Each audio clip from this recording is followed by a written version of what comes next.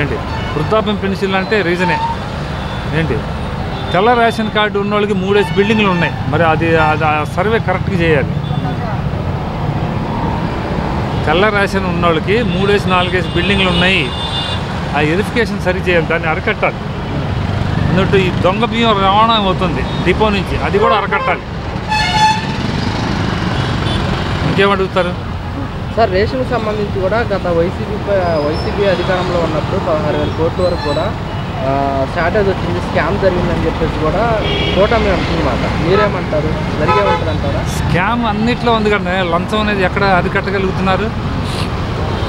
లంచం అనేది అరికట్టల.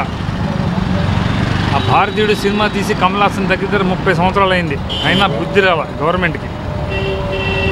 లంచం అనేది అది అధికారులు బాగా ఫోకస్ అయిపోయింది.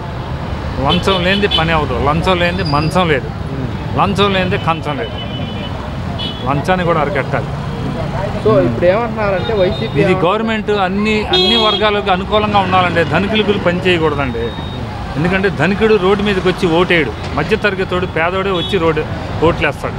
అది గవర్నమెంట్ గ్రహించాలి. చంద్రబాబు నాయుడు సీనియర్ కాబట్టి